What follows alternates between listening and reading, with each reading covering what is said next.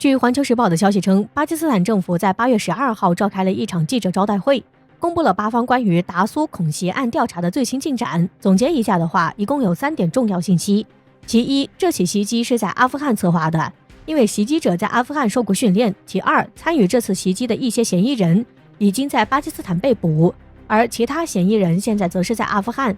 其三，袭击者所属组织获得了印度以及阿富汗情报机构的支持。按理来说，这次巴基斯坦中期遇袭案，巴方公布了最新进展是件好事，仿佛真相就要浮出水面了。但实际上真的是这样吗？就巴方当前公布的3点线索来看，只能说这完全是把中国架在火上烤。在第3点线索中，巴基斯坦把案件与印度的情报组织挂上了钩，但这些都是很虚幻的指控。具体印度的情报组织是怎样参与其中的，关联方是谁，这些都没有一个确切的答案。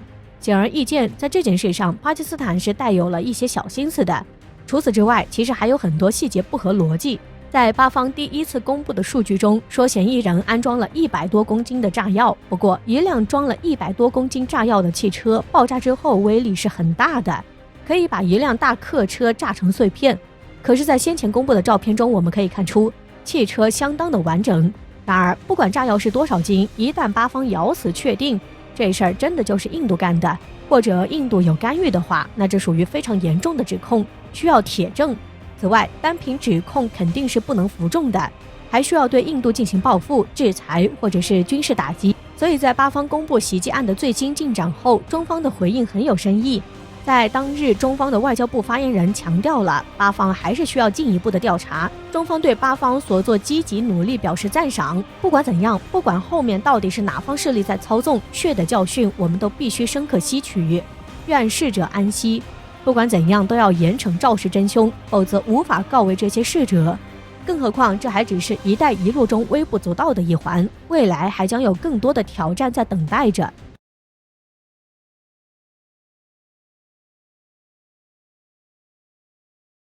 随着美军逐步撤出，塔利班在阿富汗地区气势高涨。据最新的消息显示，随着阿富汗政府军的节节败退，截止目前，塔利班已经控制了阿富汗34个省会中的26个。照这个趋势下去，塔利班控制阿富汗全境只是时间问题。据悉，塔利班距离阿富汗首都喀布尔也仅只剩下50公里的距离了。照目前这个态势来看，仅需几天就可以拿下。回想美军刚宣布撤离阿富汗的时候，估计很多人都没想到阿富汗会变成如今的局面。阿富汗政府军拿着大量的美式装备，却被塔利班打得满地找牙。这不仅仅是阿富汗政府军的失败，更是美军的失败。20多年的苦心经营，花费了美国和北约大量的财力物力，最后却得到这么一个结果，可以说这是美军近20年来的战略大溃败。美国著名媒体《纽约时报》在14日发表的文章中指出，阿富汗目前的局势让美国的信誉一降再降。同时，通过这一次阿富汗事件，让美国盟友更加明白了美国已经靠不住了。这加剧了美国与欧洲盟友之间的矛盾，并将促使了更多国家倒向中俄。英国国防大臣华莱士甚至直言，美国撤军就是一个错误。美国确实已经靠不住了，至少在阿富汗目前来看是这样的。随着塔利班的强势推进，美国等西方国家驻阿富汗工作人员都在进行紧急撤离行动。也许是对美国等西方国家彻底失望了，阿富汗驻华大使表态，希望中国出手。据悉，阿富汗驻华大使卡伊姆14日在接受南华早报采访时表示，希望中国能够对阿富汗伸以援手，向塔利班施加更大的压力，阻止他们继续进行暴力行动，并且他还希望中国说服巴基斯坦不要再对塔利班进行支持，毕竟中国和巴基斯坦关系非常好。不过，阿富汗驻华大使这一美好的愿望估计会落空。不干涉他国内政是我国基本的外交准则，我国不会破坏这一准则的。中国愿意为双方提供和平谈判的条件，但绝不会插手进去。中国到底会不会援助阿富汗？答案是肯定的，但这需要阿富汗局势稳定之后。作为近邻，届时相信中国一定会毫不犹豫地帮助阿富汗人民重建家园，帮助阿富汗发展自身，但前提是阿富汗局势一定要稳定。希望阿富汗国内局势能够早日稳定，阿富汗人民能够早日脱离苦海。到时候中国人民帮助阿富汗绝对会不留余力的。毕竟美国忙着搞破坏，中国忙着搞建设，这句话还是有一定的道理的。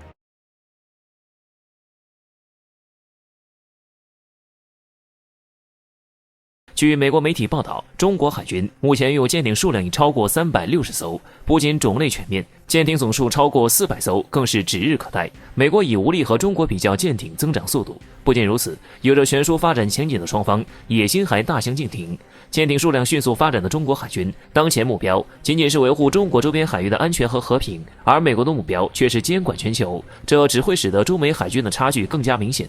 从前，美国野心是强大的象征，而如今，这种野心正在让美国越来越难堪。麦克吉尔迪是海军作战部长，更是美国海军最高将领。此次他公开坦言，真的已经负担不起目前规模更大的海军。就根据目前的预算而言，300艘舰艇是顶配。事实上，美国海军输得远不止这一次。此前，美国就因为妄图与中国比较2次惨败。此前，美国在181天内161次派海洋监视船来南部海域探究中国海军的动态以后，共和党参议员汤姆·科特公开表示十分忧愁。他认为，如今的美国海军实力可能已经衰弱到打不过中国。除了美国舰艇如今的战斗力以外，他更担心美国海军迎战的心理素质，应该在日后更加注重培养士兵的心理素质。然而，一篇关于美国士兵自杀率连年增长的文章，很快让汤姆·科特打了脸。由此看出，美国士兵不敌中国军人这件事并没有得到解决。然而，被逼急的美国很快又被爆出，为了保证自身在西太的军事力量，稳住第一岛链。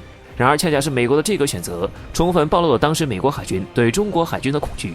东京快车不仅仅是土方法，更是失败的方法。其原本是日本在与美国的对战中因不对等战力而不得不为之的无奈之举，甚至连这个方案的名字都是美国大兵的吸血中诞生的。当年并没有为日本海军换来预期的结果，反而让日本付出了惨痛代价。而美国却计划要坐上这个历史倒车，打自己的脸，学习自己曾经嘲讽的笨方法。可以看出，在美国人的心里，彼时的美国与日本就是此时的中国与美国。多番比较下，美国败局已定。大筷子一横一竖，只想围住海岸线，小叉子却妄图插入全世界海域。最近，美国连同英日澳3国在印度洋大搞军演，不少媒体分析，美国这是外强中干，无法直视自己衰败的现状。事到如今，相信美国早已经不敢想第一岛链这回事了。我们也奉劝美国，趁着中国还没有发怒的时候，赶紧回家，守着自己的第3岛链吧。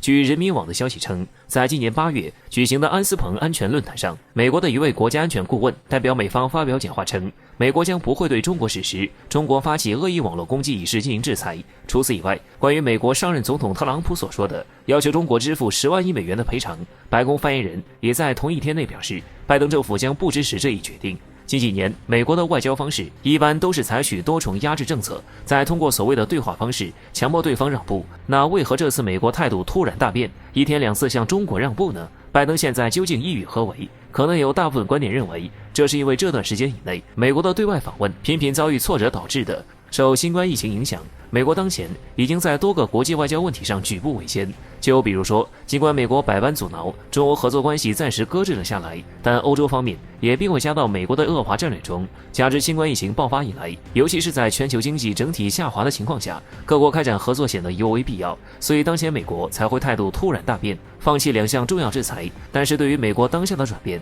著名的国际关系专家金灿荣却是发出了最坏警告。他表示，近几年来，美国从特朗普时代一直到现在的拜登时代，都在不断打压中国，我们已经成为了他们的战略目标。此时再幻想下去，那就只有被动挨打的份儿。同时，由于部分公知势力没有反抗美国的勇气，经常在中美竞争中指责中国，认为中美关系恶化是中国单方面风头太盛导致。这一内在危险有时比外部威胁的威力更大，所以不要因为美国暂缓对中国的攻势，就觉得美国想跟中国和好了，要随时做好最坏准备。不得不说，金灿荣政委还是很清醒的。如果我们一直抱有最坏打算，那就算双方断交或爆发战争，早已有准备的我们也可以抢占先机。如今我们正处于一个100年未有的巨大变化中，我们是在变得更加强大不假，但美国也不是在原地踏步，未来仍有许多挑战。如果我们有铁的意志，敢战能战，有众志成城的民族团结一致前进的决心，那么这个世界上就没有任何一个国家能阻挡中华民族的伟大复兴。